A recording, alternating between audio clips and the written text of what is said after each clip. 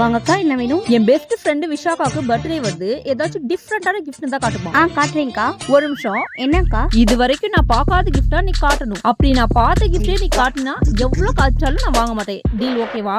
இவங்க பார்க்காத கிஃப்ட்டை நம்ம காட்டணும். சரி, புது புது கிஃப்டா காட்டுவோம்.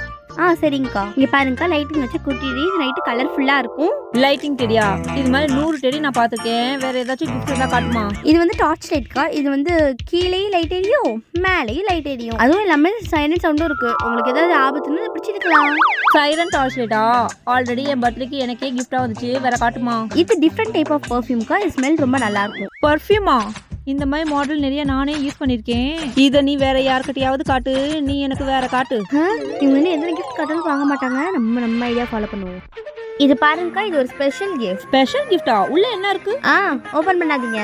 ஓபன் பண்ண கூடாதா? ஏன்? ஏன்னா ஓபன் பண்ணா நீங்க பார்த்த கிஃப்ட் ஆயிரும்ல. இது வரையும் நீங்க பார்க்காத கிஃப்ட் தானே கேட்டீங்க.